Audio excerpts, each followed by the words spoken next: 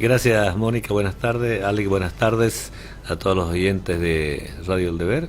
Buenas tardes. ¿Listo? ¿Cuáles son sus expectativas respecto al censo? Mire, listos porque, bueno, ya no hay pretexto de falta de empadronadores. Lo único que todavía está faltando, y ojalá que lo complete entre hoy y mañana, es todavía la capacitación de algunos censistas, ¿no? El INE ha reconocido que todavía no se ha capacitado el 100%. Ellos reclamaban que se cumpla con la cantidad de censistas, es decir, ya habíamos cumplido nosotros hace tiempo atrás, pero el INE siempre proyecta un 30% de más como censistas de reserva. Esa es una preocupación, ¿no?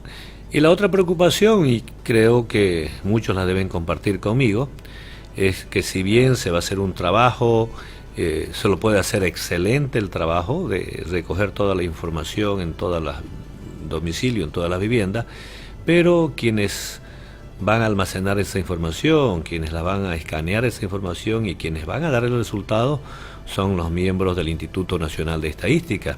Y en un país donde no hay institucionalidad, ninguna de las instituciones públicas gozan de la credibilidad. Entonces siempre hay una duda sobre cómo van a salir los resultados.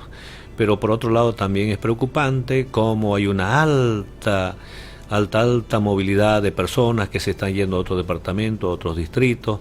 ¿Y eso por qué? Porque creo que hacer un día sábado el censo no es un día apropiado. Nosotros en su momento, cuando estábamos al frente del Comité Interinstitucional, habíamos planteado de que el día ideal para hacer un censo era un día miércoles, porque estamos al medio de 2 días laborales, entonces era muy difícil que la gente se pueda trasladar. Pero, bueno, como siempre las cosas se manejan políticamente, decidieron de que sea un 23 de marzo. ¿Y usted cree que hay alguna motivación política también detrás de estos traslados masivos de gente a sus lugares, a las provincias? Sí, yo creo que sí. El miedo es que, como se ha perdido credibilidad en las instituciones, y obviamente el INE no es la excepción, la preocupación es de que puedan dibujar los resultados, ¿no? ¿Por qué? Porque el gobierno, más allá de mostrarle al pueblo boliviano cuántos somos, cuáles son nuestras necesidades, cómo vivimos, siempre ellos ponen por encima de esas cosas el tema político. Ellos saben que han perdido un gran espacio, han perdido terreno en las ciudades, y entonces siempre van a tratar de atrincherarse manteniendo una población rural, cuando nosotros sabemos que en la práctica gran parte de los municipios alejados, gran parte de la población ha migrado al eje central y a las ciudades capitales. Ningún departamento, de acuerdo a la proyección que ha hecho el INE, va a disminuir en población. Lo que pasa es que algunos municipios dentro de los departamentos sí han disminuido en población por la falta de oportunidades. Ahora, ¿qué le dice usted al ciudadano? ¿Qué le dice al que de pronto podría estar teniendo algún tipo de dudas? Ayer se ha generado una polémica grande respecto al nombre en la boleta censal. Hemos visto que el nombre se lo ha pedido siempre en los censos. Entonces, ¿qué le dice usted al ciudadano que a pesar de estas susceptibilidades post-censo va a responder la boleta? Mire, yo hago un llamado fraternal a todo el pueblo boliviano, a todo el pueblo cruceño y a la comunidad universitaria que participen, ¿no? Colaboren desde el lugar donde se encuentran para que este censo se realice lo más transparente posible, para que la información que se recoja sea una información fidedigna. Creo que eso fue oportuna la aclaración del INE, para que los ciudadanos que sean censados no pongan nombre y apellido. ¿Por qué? Porque ¿dónde está la confidencialidad de la información? No, que eso es muy peligroso, que esté en manos del gobierno, que esté en manos de los políticos. Entonces creo que es recomendable que sí den su nombre, pero no sus apellidos. Eso de alguna manera va a evitar que esa información sea mal utilizada por el gobierno o sea utilizada políticamente por el gobierno. Bueno, pero también se explicaba que el nombre es una referencia y que no va a entrar a la hora de meter los datos al sistema, digamos, como para hacer el cómputo. Claro, eso es lo que dicen ellos, ¿no? ¿Quién puede confiar en el gobierno si es que uno le da nombre y apellido? Entonces va a saber cómo viven, peor si es de la oposición. Entonces, creo que nomás como recomendación hay que dar solamente el nombre. Eso de alguna manera nos permite tener cierta confidencialidad con los datos, pero es importante que sí respondamos todas las preguntas.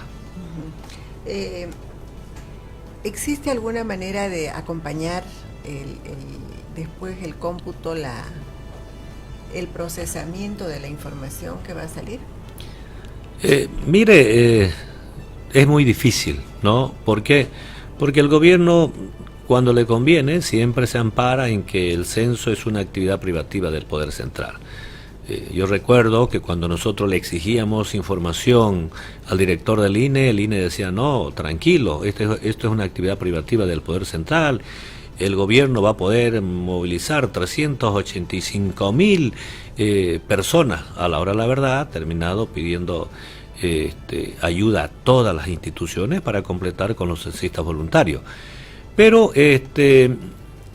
todo el equipo técnico lo tienen ellos.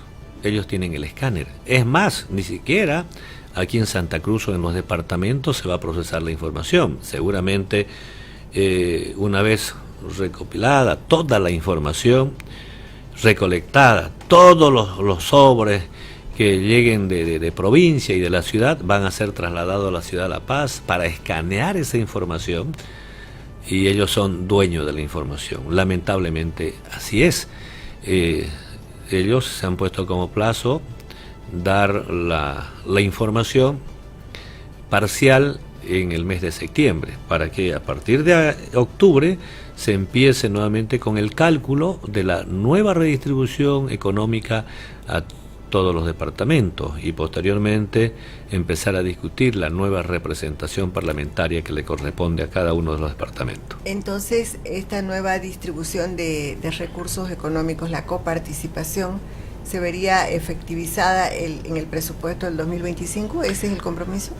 Claro, al dar la información a partir del mes de septiembre, el gobierno había manifestado de que a partir de octubre se iba a empezar a la redistribución de los recursos económicos en base a la información del censo del año 2024.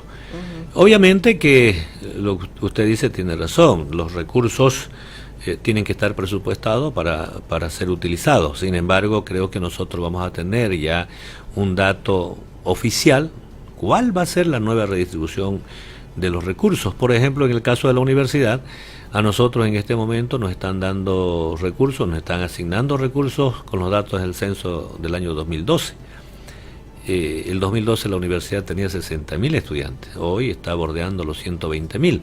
Esperemos que recibamos lo que nos corresponde. ¿Tendría que ser el doble de presupuesto por coparticipación? Por coparticipación, ¿no? Por coparticipación, porque en realidad el soporte del Tesoro General de la Nación siempre es insuficiente, porque a nosotros nos dan solo para cubrir 3 meses y medio nuestras obligaciones. Yo siempre remarco esto, que todas las universidades públicas mantienen sus puertas abiertas gracias al impuesto que paga la gente.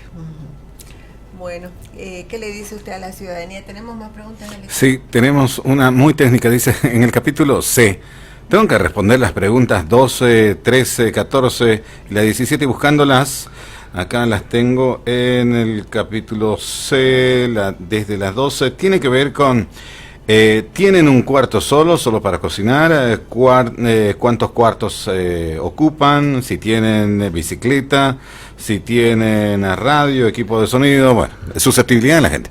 Hay demasiada susceptibilidad y por la falta de confianza en el INE, pero son información que hay que proporcionarlas porque eso permite de alguna manera ver cómo vivimos todos los bolivianos. Hay preguntas que se llenan en base a la observación y otras obligatoriamente en base a las preguntas que hace el censista. Sobre ese tema, de pronto como que estas susceptibilidades pueden hacer que la gente no brinde la información verídica, ¿no? De cómo vive y todo eso. Mi opinión personal es que si uno dice la verdad, después puede luchar para que esa verdad salga a la luz, digamos, no más allá de quién procesa o no procesa. Pero ¿qué le dice usted a la gente que está con esa preocupación? Que de pronto tiene una casa de material de construcción y que paga impuestos por una casa de más precaria, digamos, claro, y que tiene miedo que al dar esa información venga impuestos y le caiga con todo. Claro, yo justamente decía de que hay preguntas que se llenan mediante la observación. Cuando uno llega a una casa, observa si esa casa es de material, no es de material, si es de barro, si es de calamina. Entonces, esa información no necesita uno preguntarle a las personas que están siendo censadas. Pero hay otras preguntas que evidentemente son preguntas, ¿qué le puedo decir? Que uno tiene que tener la seguridad de que le están diciendo la verdad. A diferencia del anterior censo, en este censo no se va a poder entrar a los domicilios. Antes las personas, por su amabilidad, le abrían la puerta, lo sentaba al interior de su domicilio y uno podía de alguna manera comprobar, ¿no?, cómo vivían. En este censo no. La persona va a llegar, va a tocar la puerta, sale el jefe de la casa o el que va a dar la información ahí en la puerta y ahí lo atiende. Entonces uno tiene que confiar en que la información que se está dando es fidedigna. Ya, bueno, entonces será importante que usted no tenga preocupaciones y que responda nomás, ¿no?, a lo que le pregunten. ¿Usted va a ser supervisor? Voy a ser supervisor, me tocó en el sector 4, por allá por el barrio Cordecruz. Nosotros reclamamos censo 36 días y no puede ser que no participemos ahora. Es más, en este momento estoy imputado oficialmente por el Ministerio Público. Me han sindicado de terrorista, de atentados contra el presidente, contra el dignatario de Estado por haber reclamado censo. Ese es el gobierno que tenemos y esa es la justicia que tenemos. Entonces, tenemos que seguir hasta el final porque esto no acaba acá. Estamos completando la etapa presensal y la etapa censal es el día miércoles. En provincia va a durar tres días. Después viene la etapa poscensal. ¿Qué hacemos con los datos? Seguramente inmediatamente viene el tema de la distribución económica, representación parlamentaria y después seguramente vamos a empezar a discutir el tema del pacto fiscal, que es una asignatura todavía pendiente porque esta información nos va a permitir tener los datos para sentarnos a discutir el tema del pacto fiscal que el pueblo boliviano está reclamando. Entonces, pero además lo rico del censo, de la información que se va a recoger el 23 de marzo, es que esa información nos va a permitir planificar el desarrollo en todos sus niveles. Lamentablemente hubo nomás un adormecimiento de todas las instituciones y en todos los departamentos. Había departamentos que sabían perfectamente cuál era la proyección de su población, cuáles eran sus necesidades, pero ni gobernadores, ni alcaldes, ni los representantes parlamentarios se sentaron para discutir la problemática y la proyección de su departamento. Hoy tenemos la posibilidad que con esta información nosotros podemos proyectar cuál va a ser nuestro futuro. Además, según la información del INE, es el último censo de hecho que se va a realizar. Después ya no va a existir esta forma de contar a los bolivianos. Después nos va a contar de qué se trata esto y cómo va a ser. Claro, hay censo de hecho y censo de derecho. El censo de hecho es visitar casa por casa, pero después ya el censo de derecho, en base a la información, se va a actualizar permanentemente.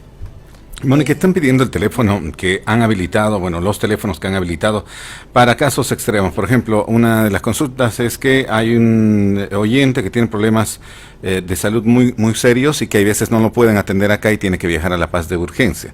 Entonces, ¿a qué número puede consultar? ¿A qué número puede transmitir esta duda? 644-70-806 es uno de ellos y el otro es el 755-02-448.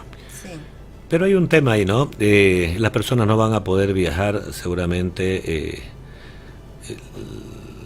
dentro de las 12 horas anteriores al censo. Nos explicaban a nosotros cuando nos capacitaban, bueno, a ver, llegamos a las 12 de la noche y sacamos una fotografía. Y nosotros contamos todas las personas que están en la fotografía, nos hacían sentido figurado. Es decir, se toma en cuenta quiénes durmieron la noche anterior para ser censado. Hay otras personas, como ese señor, que seguramente va a estar en tránsito, puede estar en el aeropuerto, puede estar en la terminal, igual va a ser censado. Igual va a ser censado, pero ahí como persona en tránsito. Muy bien. Entonces, que vaya bien el censo, que todos podamos participar activamente y que valga la pena esos 36 días de sacrificio que ha tenido Santa Cruz, ¿no? Ojalá que valga la pena. Como vuelvo a insistir, lamentablemente no hay mecanismos que nos permitan hacer un seguimiento, hacer un control, comprobar si los datos que nos va a proporcionar el INE en septiembre son reales o no son reales. Y no quiero cuestionar el tema del censo, pero a mí me nace la susceptibilidad, porque todas las instituciones públicas han perdido credibilidad y obviamente uno tiene derecho también a sembrar la duda. Pero son las instituciones que tenemos, ¿no? Y nos queda ver que hagan su trabajo y que los resultados sean los que tienen que ser. Así es. Muy bien, muchísimas gracias y que tenga mucho éxito el sábado. Gracias, Mónica, gracias. Que tenga un Alex. muy buen trabajo. El sábado, participando en el censo. Y estaremos haciendo el seguimiento también. Lo estaremos convocando. Gracias. Dentro de su trabajo. Muchísimas gracias.